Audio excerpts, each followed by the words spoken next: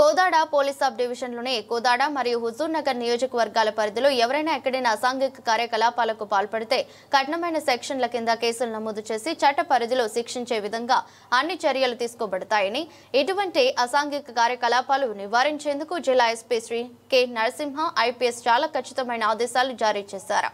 ముఖ్యంగా ఆంధ్రప్రదేశ్ బోర్డర్ నుండి అక్రమంగా ఇసుక లారీలలో గానీ ట్రాక్టర్లలో గానీ తరలిస్తే ఆయా వాహనాలను సీజ్ చేసి అటు మైనింగ్ మరియు ఇటు మోటార్ వెహికల్ ఇన్స్పెక్టర్ల ద్వారా తనిఖీ చేపించి ఆ తర్వాత కోర్టుకు పంపి తగిన చర్యలు తీసుకుంటామన్నారు. ఈ మధ్య కాలంలో కొంతమంది నకిలీ వే బిల్లులు సృష్టించి ఇసుక అక్రమ రవాణా చేస్తున్నట్లు మా దృష్టికి వచ్చింది. ఇప్పటికే కొంతమంది పై నాన్ బెయిలబుల్ సెక్షన్ల కింద కేసులు నమోదు చేయడం జరిగింది మరియు వారి వాహనాలను కూడా సీజ్ చేయడం జరిగిందన్నారు. నమస్కారాలు. ఈరోజు ఈ ప్రత్యేకమైన ప్రెస్ మీట్ కార్యక్రమాన్ని ఒక ముఖ్యమైన సందేశం ఇవ్వడానికి ఏర్పాటు చేయడం జరిగింది. కోదాడ పోలీస్ సబ్ డివిజన్ పరిధిలో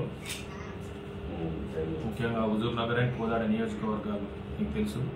వీటి పరిధిలో ఎక్కడైనా అసాంఘిక కార్యకలాపాలు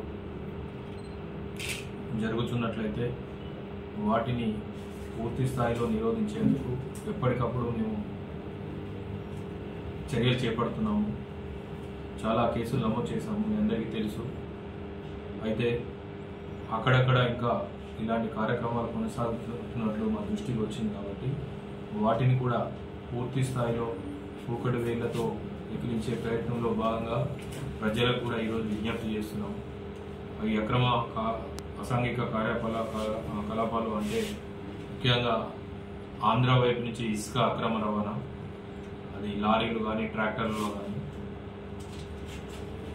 మొన్న మధ్యనే కొంతమంది నకిలీ వేబిల్లు అక్రమ వేబిల్ల ద్వారా తరలించే ప్రయత్నం చేస్తే వాళ్ళ మీద కూడా పట్టుకొని నాన్ బెయిలబుల్ సెక్షన్ల కింద కేసులు నమోదు చేసి లారీలను కూడా సీజ్ చేయడం జరిగింది.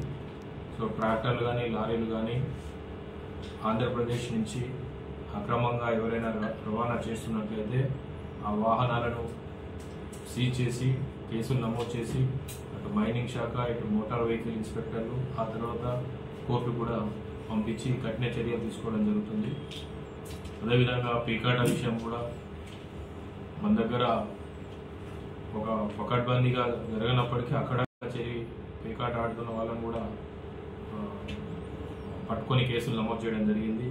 ఇంకా ఎవరైనా మమ్మల్ని చూడట్లేదు అనే భావనతోని ఏదైనా చేస్తున్నట్లయితే ఇట్లాంటి పీకాటకు నిర్వహించడం కానీ పీకాట ఆడడం కానీ చేస్తే మాత్రం చాలా కఠినాధికారిన చర్యలు గేమింగ్ యాక్ట్ ప్రకారం తీసుకోవడం జరుగుతుంది. అదేవిధంగా పశువుల అక్రమ రవాణా కూడా చాలా వరకు తగ్గింది. ఇంకా కొన్ని రహస్య మార్గాల ద్వారా ఇంటర్నల్ రూట్ల ద్వారా లేకపోతే హైవే కాకుండా హైవేని తప్పించి వేరే చెక్ పోస్ట్ రూట్ కాకుండా వేరే రూట్లో వచ్చడానికి ప్రయత్నం చేస్తున్నారు. వాటి మీద కూడా ఉక్కుపాదం పెడతాము. ఎవరిని ఇందులో ఎంత పెద్దవాళ్ళు ఉన్నా ఇటువంటి కార్యక్రమాల్లో సహించేది లేదు. మీ అందరికీ తెలుసు, గత 2 సంవత్సరాలుగా ముఖ్యంగా ఏం జరుగుతుంది గమనిస్తూనే ఉన్నారు. గతంలో ఏం జరిగేది, ఇప్పుడు ఏం జరిగింది అనేది. సో ఇది ఇంకింత ఉధృత స్థాయిలో దీన్ని తీసుకుపోయేందుకు మా శాఖ తరఫు నుంచి కూడా మా క్షేత్రస్థాయి సిబ్బందిని అధికారులను కూడా సమాయత్తం చేయడం జరిగింది. జిల్లా ఎస్పీ గారు కూడా ఈ విషయంలో చాలా ఖచ్చితత్వంతో వ్యవహరిస్తున్నారు. సో అదే సందేశాన్ని ఈ ప్రెస్ మీట్ ద్వారా అందరికీ మరొకసారి ఇవ్వదలుచుకున్నాను. ఈ పేకాట కానీ ఇసుక అక్రమ రవాణా కానీ పశువుల అక్రమ రవాణా కానీ పీడిఎస్ రైస్ మన దగ్గర లేదు. సన్న బియ్యం వచ్చిన కంచి ఎక్కడైతే పీడిఎస్ అక్రమ రవాణా ఆనవాళ్ళు లేవు, అటువంటి ఒకవేళ ఎవరైనా మళ్ళీ ఆ సన్న బియ్యాన్ని కూడా సేకరిస్తూ అక్రమ రవాణాకు పాల్పడినట్లయితే వాళ్ళని కూడా వదిలిపెట్టే ప్రసక్తి లేదు. ఇందులో ఏ స్థాయి వ్యక్తులు ఉన్నా కూడా నాయకుల పేరు చెప్పుకున్నా, అధికారుల పేరు చెప్పుకున్నా, మీడియా పేరు చెప్పుకున్నా ఎవరిని కూడా వదిలేసే ప్రసక్తి లేదు.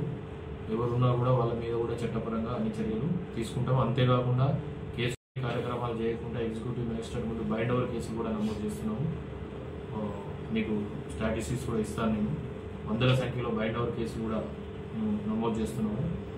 కాబట్టి ఎవరు కూడా ఇటువంటి అసాంఘిక కార్యకలాపాలకు చేయడం కానీ సహకరించడం కానీ చేయకూడదని విజ్ఞప్తి చేస్తున్నాము.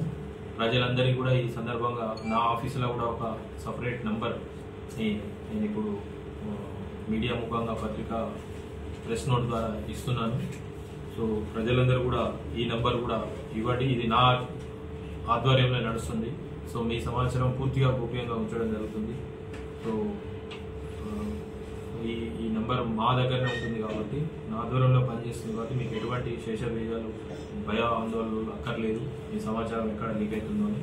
సో దయచేసి ఈ నంబర్కు మీరు ఇవ్వవలసిందిగా నేను విజ్ఞప్తి చేస్తున్నాను. అదే కాకుండా సూర్యాపేట ఎస్పీ గారి ఆధ్వర్యంలో ఉండే కంట్రోల్ రూమ్ నెంబర్ కూడా ఇప్పుడు మీకు ప్రెస్ నోట్లో ఇవ్వడం జరుగుతుంది.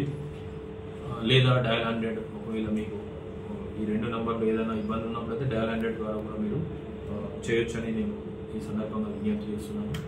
సో మరొక మారు ఇది ఒక హెచ్చరికగా తీసుకోవాలని అందరినీ కోరుతున్నాను. ప్రజలకు ముఖ్యంగా నా యొక్క విన్నపము విజ్ఞప్తి ఏంటంటే, ఇటువంటి కార్యకలాపాల గురించి ఏ సమాచారం ఉన్నా కూడా మీరు షేర్ చేసుకోండి, మేము వెరిఫై చేస్తాము.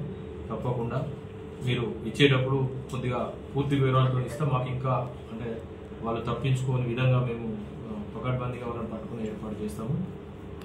అటువంటి హామీని ఈ సందర్భంగా నేను ఈ 2 నియోజకవర్గాల పరిధిలోని ప్రజలకి, కోదాడ పోలీస్ సబ్ డివిజన్ పరిధిలోని ప్రజలకి నేను సూచిస్తున్నాను.